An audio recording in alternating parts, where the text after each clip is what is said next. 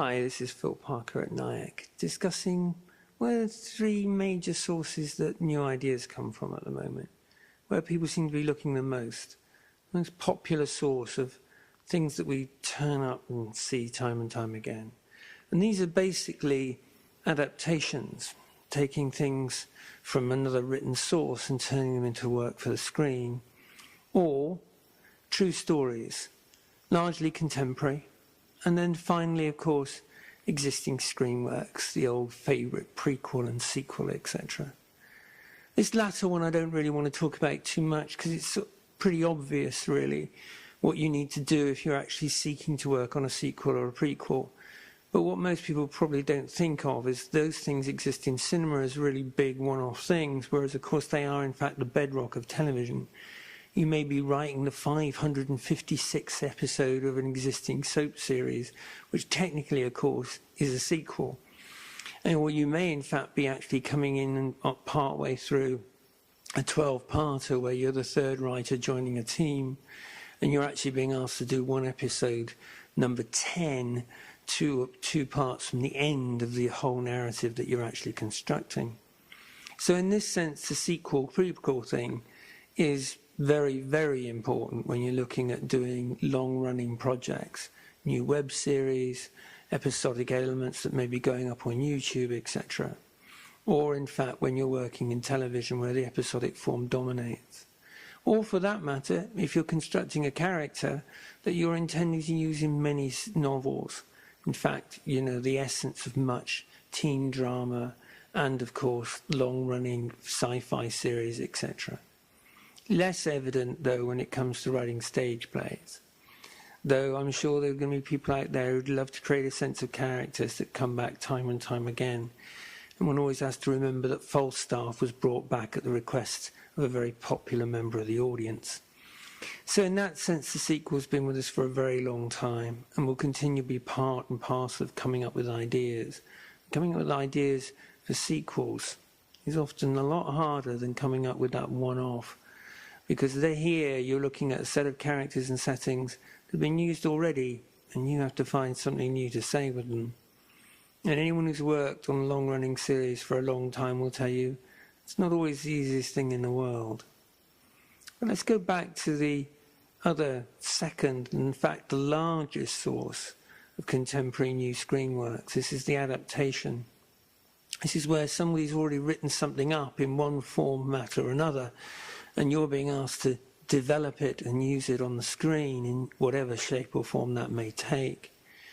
Now here you're looking at dealing with another writer's work, because it's very seldom these days that a writer who writes, say, a novel or a graphic novel or does a stage play actually ends up wanting to, or in fact even aspiring to, turn it into a screenplay to go onto the screen.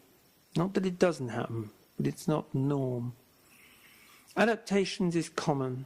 What is least known is actually many new writers actually start out working on adaptations. They're often brought in having done a spec screenplay, something that they wrote on their own in their bedroom, and then took to someone and someone liked it and said, well, we're never going to make this, but would you like to adapt this book that we've got, or this stage play, or this graphic novel, or this game for children that we'd like to turn into a series? And suddenly you're in the world of adaptation. But you may choose to go there too. You may choose to go there because you read a short story or a novel that no one's yet turned into a screen work, and you think, actually, this is worth it. There's something in this that I'd like to put on the screen. Of course, the first thing you then have to do is make sure that, A, someone else hasn't already come up with that idea, because unlike the original idea, this certainly did start with someone else. And you need to find out who's got the rights to that short story, that novella, that stage play, that graphic novel that you think would make a great kids' book or series. Now, in that sense, that's easy. You phone up the publisher, normally available via the website, or you email them and said, I'm looking to obtain the rights on this piece of work. And you may think, oh, that's going to cost me an absolute fortune. Well, in reality, it might. It may cost you several $1 million or whatever currency you wish to trade in. But sometimes this is not the case.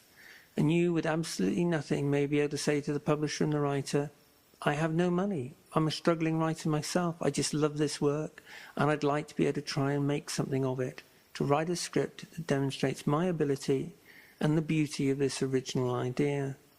At which point you could offer them a first refusal deal.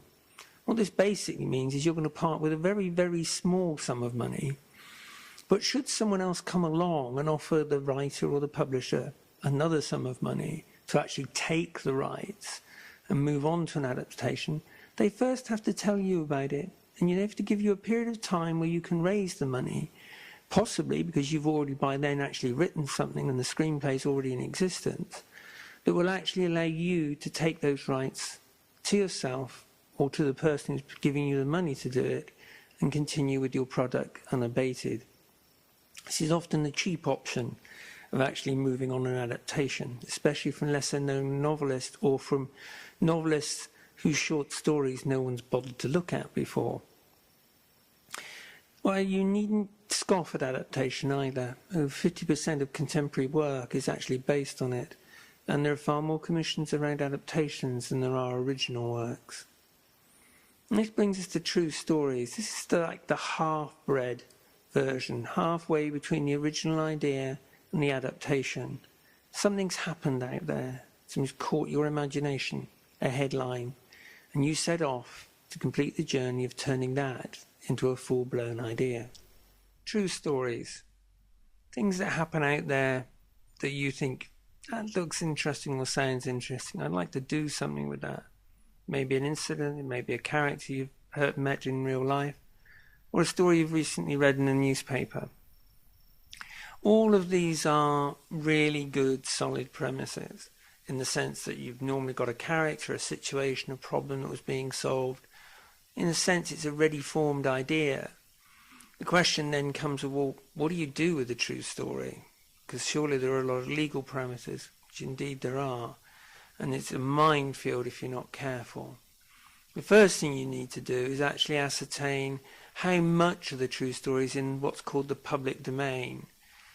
This is basically stuff that's already been published, be it on the web or in books or in newspaper articles, that have been covered by more than one source. If it's all come from one place, then technically the copyright remains with the person who wrote that up, and you would need to get their permission to use it.